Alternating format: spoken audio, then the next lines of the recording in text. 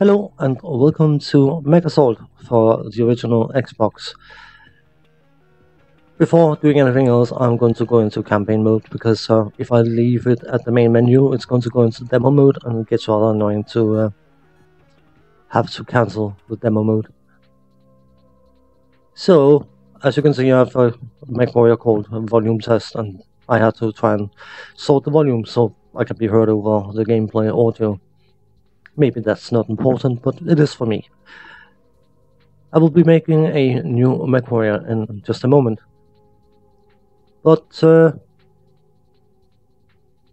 this version I've got was a pre-owned version I bought from my local computer shop many years ago, and there wasn't any instructions with it, so I don't know the exact circumstances behind this game. One thing I do know is that the mercenary unit Wolf Dragoons has been tasked to invade a planet for some bizarre reason, and yeah, as I said, without the background information from the manual, I have no clue as to why, how, and whatnot. I only know what the in-game story development tells me. Before getting any further, for those who may not be aware of the BattleTech universe, I will give a very brief and likely in part inaccurate rundown of the situation. Humans colonize space and spread like rats basically across the known and unknown regions of space in general, and start populating planets, and everything goes honky-dory.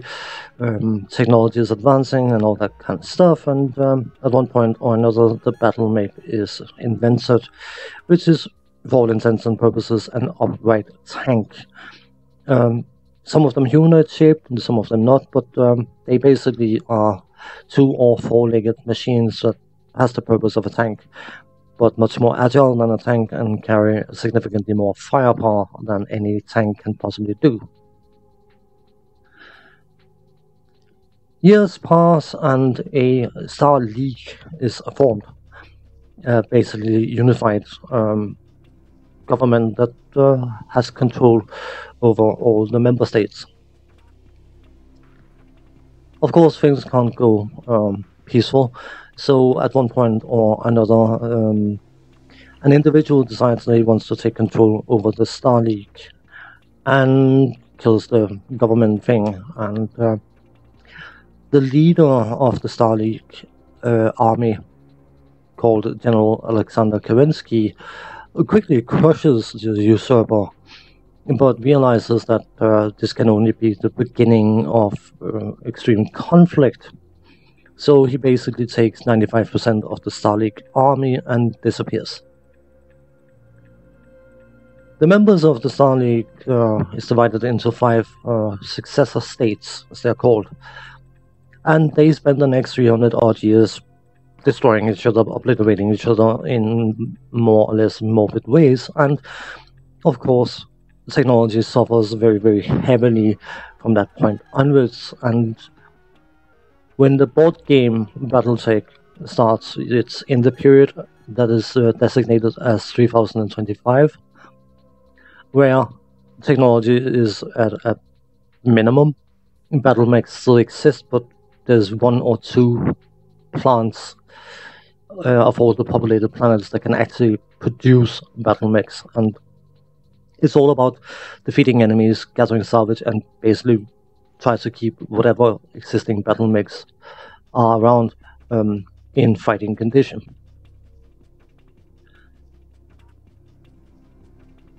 Jump forward 25 years to 3050. where suddenly an unknown entity enters the populated planet of what is known as the Inner Sphere, and start invading and defeating the Inner Sphere forces with relative ease. They bring in BattleMechs, which has not been seen before, and with vastly superior firepower and all that kind of stuff.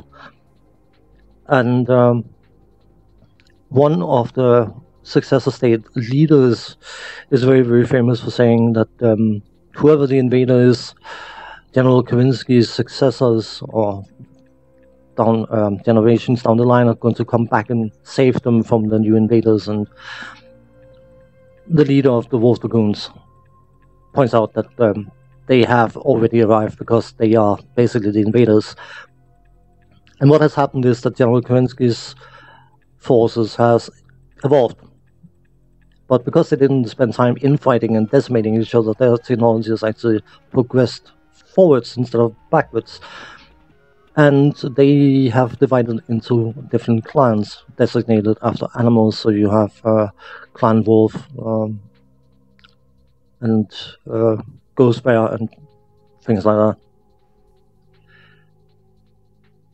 And a lot of fighting goes on, and eventually the clans are pacified, so to speak. And the reason I give this brief overview of the story is because of the technology differences between Inner Sphere technology from 2025 and clan technology from 2050 has been evened out. The Inner Sphere forces were very, very quick at adopting and tried to duplicate the technologies that the clans brought, and of course defeated mechs gave them access to their weaponry and designs and all that kind of stuff. And one of the main things that is different between the old Inner Sphere mechs and clan mechs is that Inner Sphere mechs were defined. So you had something like a Battle Master with a PPC and some medium lasers and an XM 6-pack or short range missile 6-pack. And that was its weaponry, that was just the way it was.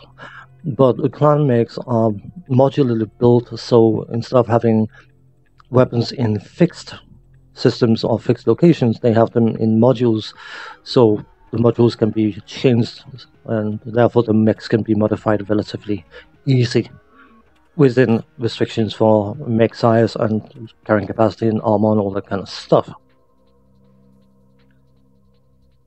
And the reason I'm saying that specific thing is because that you will find in this game that you have access to various different mechs. The same mech with two names. The first name is usually the Inner Sphere designation of the clan mechs, and the second name is the actual clan name for the same mechs. Something like the Mad Dog, which I don't think is featured in this game, but irrelevant. The Inner Sphere call it the Mad Dog, and the clans call the same mech the Vulture.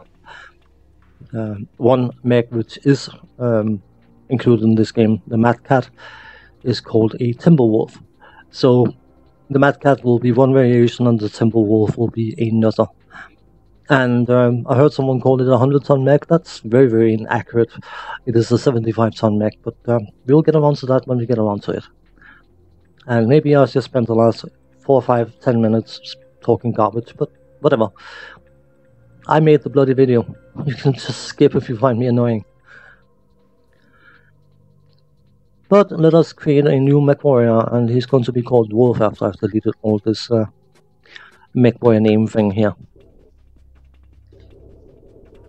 The fact that we're working for Wolf Dragoons is, for me, of some importance, you could say, because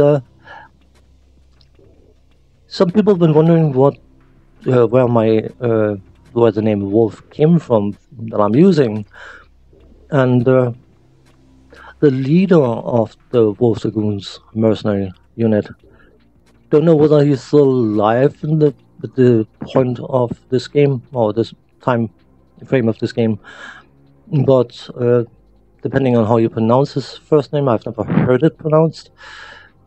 It could be either Jamie Wolf or Jaime Wolf, but that was my inspiration to make the name Wolf. It comes from the leader of the mercenary unit, Wolf Dragoons. So, we can go and do done thing. Yes, please. And we can select the difficulty, and I'm just going to do regular controls. And that's perfectly fine. controller options. No. Vibration, why not? Hopefully it won't be picked up by the microphone, but we'll find out. Save settings. And time for some cutscene stuff, so I'm going to mute my microphone and let you listen to the beginning of this.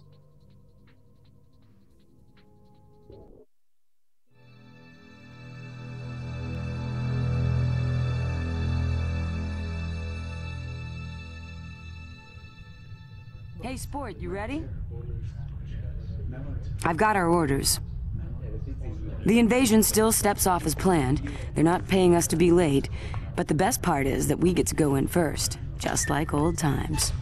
The intel boys say the enemy is powering up a set of nasty ground-to-orbit guns.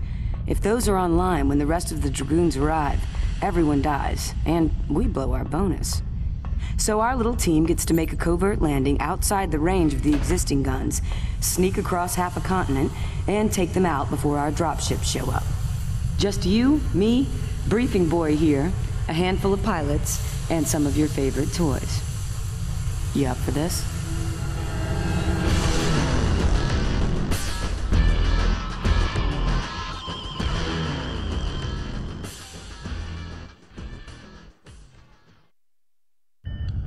Clean, all systems normal. We're in the pipe. Touchdown in 2 minutes.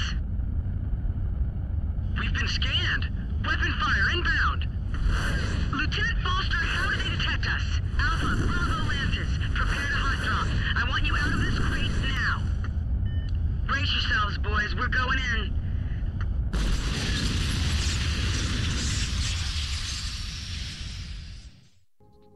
Foster, I need that damage report now. Okay, Captain, I have bad news and worse news. The bad news is that you're the only one who didn't make it out of the dropship before we hit. The worst news is that you're the only MechWarrior anywhere near here. Here's a quick status report. It was a rough landing, but the Icarus held together, mostly. At the first sign of trouble, we hot-dropped the other combat teams. Bravo Lance is out there somewhere, but we've lost all contact. Is there something beyond worse? Here it comes. The dropship's long-range sensors and weapon systems are out. They'll be coming for us, and soon. Lieutenant Foster tells me that most of our battle mechs are offline, but he's trying to get one up and running. So let's do what the Wolf Dragoons are paid to do. Improvise. Confirm your mech status, then recon and secure the immediate area.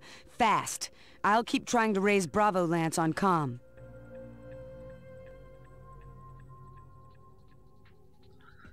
So, the first order of the day is the Cougar.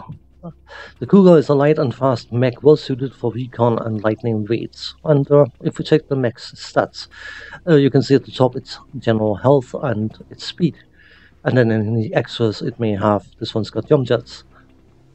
It's got pulse laser, it's got autogun, and it's got javelin missile. Now, the weapon systems in this particular game has been simplified compared to BattleTech. For technical reasons, I am fairly sure of. Normally something like pulse lasers, you would have a small laser, medium laser, or large laser. Autocannons, you would have autocannons 2, 5, 10, 20. And auto versions, which basically has a chance in the board game to fire twice. In the computer versions, they always fire twice.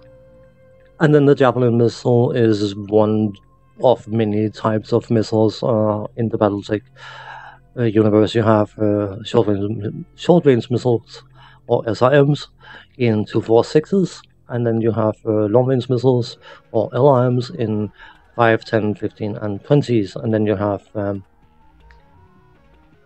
long toms, which are artillery missiles, basically, and things like that. Because I don't have the manual, I don't have any reference point to what the different missile designations are equivalent to from BattleTech terms. By the way, I should probably mention I used to play BattleTech quite a bit with some of my mates, and I miss that time. But anyway, let's get back and get started. People probably want to see some action. Finally.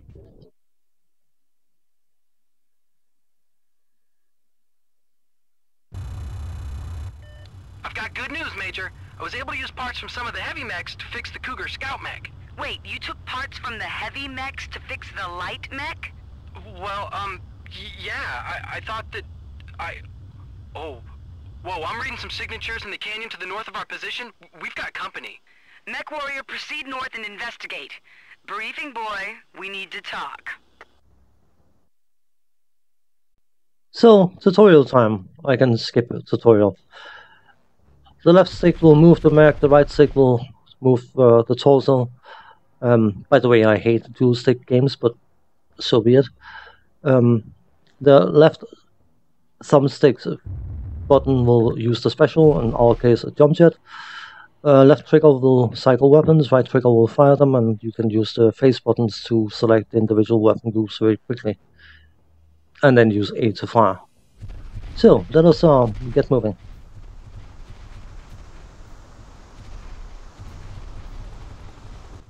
Infantry squad, inbound! Infantry? Who would want to fight a mech on foot? Looks like your lucky day, Tiger. Indeed. Who would fight a mech on foot? Infantry has access to preciously few weapons that can actually damage a mech. Something like guns cannot penetrate several tons of armor. So, just run over them. It's a bit morbid, I suppose, having a 35-ton running on top of humans, but it could be worse. It could be 100-ton. So, the sensor readings come from beyond this ridge. Use your jump jets to hop over short obstacles. Lieutenant, you are talking to a trained mech warrior, not a tank jockey. So, yeah. Jump jets. Hooray. Reading Allow us infantry to base, jump. dead ahead. Level it! All weapons are online, sir. You're good to go. Yeah.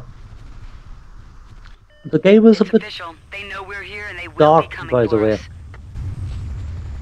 I may change it in post-production, or I may just leave it as it is.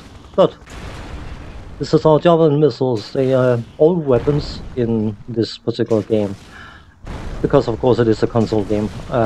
It has some aim assist, which Sir, I mean, be sure to secure any salvage you find. yeah. Which I mean, personally, I prefer to play these games on PC, but this particular game, as far as I know, at least wasn't made on PC, so not practical to do. Obviously, mouse aim will always be significantly more accurate than I've got readings that look like a supply convoy of some kind. You should check it out. than a controller. But anyway, we have salvage.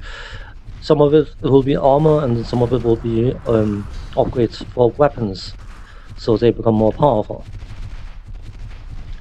The default weapons are have unlimited ammo, but More the infantry? upgrades are Are limited. they crazy? These guys must be fanatics. Don't waste your ammo. Pretend that those poor bloody infantry are bugs and step on them. Yeah, well. Supply convoy it is. So, let's say hi. Supply convoy. In this first mission, there will only be vehicles and infantry. Okay, try again. Let's use some of our other weapons, pulse lasers. Oh, we got a missile upgrade. Depending on the missile type, you will fire a certain amount of them, and they will do more or less damage or other kind of stuff. And generally, they're quite nice to open engagement by using missiles, because they tend to track sometimes, at least. Come on. Some of them are definitely better Sir, tracking from than here, others. looks like an infantry headquarters and support facility, but I'm getting some weird readings. I can't pin it. Who are these crazy bastards? Wipe them out, level their HQ building, and watch for any salvage. Yeah. This is far too slow for my liking, even. This autocannon is a wimpy one. I don't know what size it is. I assume it's an autocannon 5 thing. Maybe an autocannon 10. I can't remember the specifications of the different mechs. It's been far too long since I've played BattleTech, unfortunately. So we should probably get these things blown up.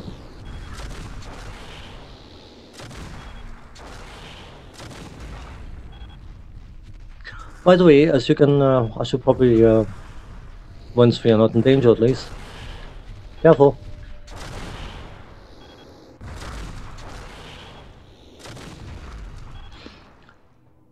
So by that, should probably cover the interface quickly. Bottom left side you have the scanner thing, and the yellow mark at the outside circle is a objective indicator. The bottom right is a status meter thing for various different things. The big icon in the middle is the weapon you've chosen, whatever kind it might be. If there's a number, it means it's got extra power added to it. And the different weapons, they will default at level 1, but can be increased up to level 3, so you can pick up 2 times of salvage. Above that, the leftmost double bar is your heat indicator. Certain weapons, or all weapons, generate heat, and heat is BattleTech's worst enemy.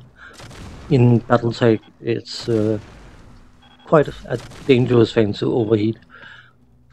In this game, once you overheat, you just can't shoot.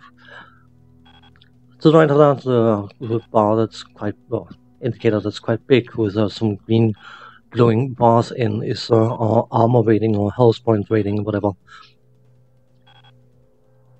So, I think that's enough stuff going. So, green pickups are armor restore, and they restore a certain amount of armor, depending on the size of the mech.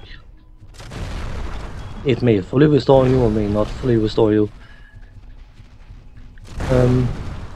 The blue glowy things are energy weapons, power-ups, and the red ones are missile weapon power-ups, and the yellow ones are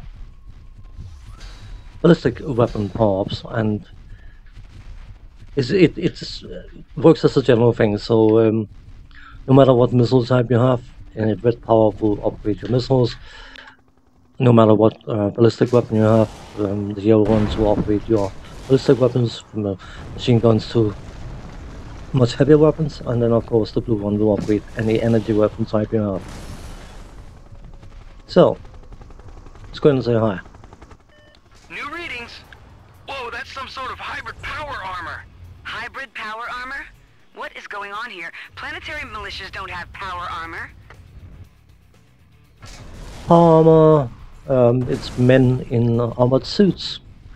They're annoying.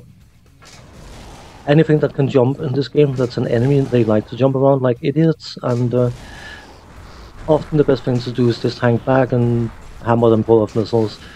They can do some damage to you, but they are more a nuisance than anything else. Come on.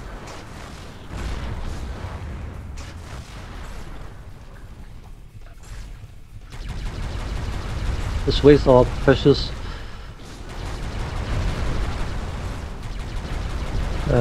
upgraded pulse laser ammunition.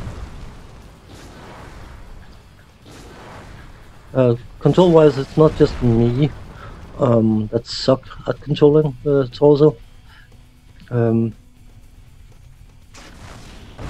The game's sensitivity in changing the facing of the mech's torso can be a bit too heavy, and there's no way to adjust it. So,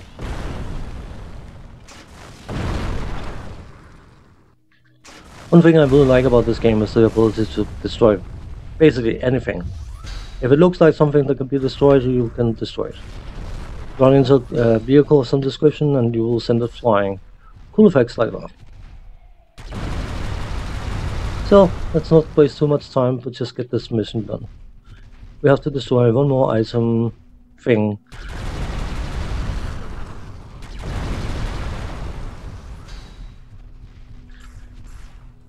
In order to complete the mission. So let us get rid of that one, why not? this big building. Once we flatten out, the mission should be done.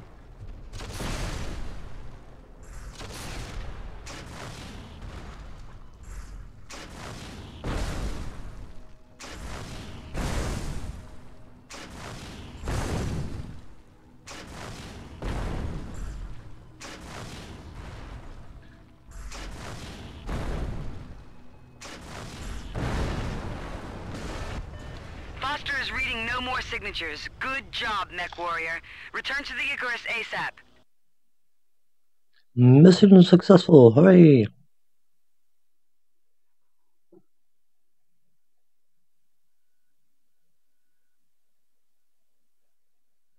Sirs, I'm receiving a video feed from Bravo Lance. Finally. Transmit it. Hey, watch yourself. I'm off Blake markings. Bang on, look out!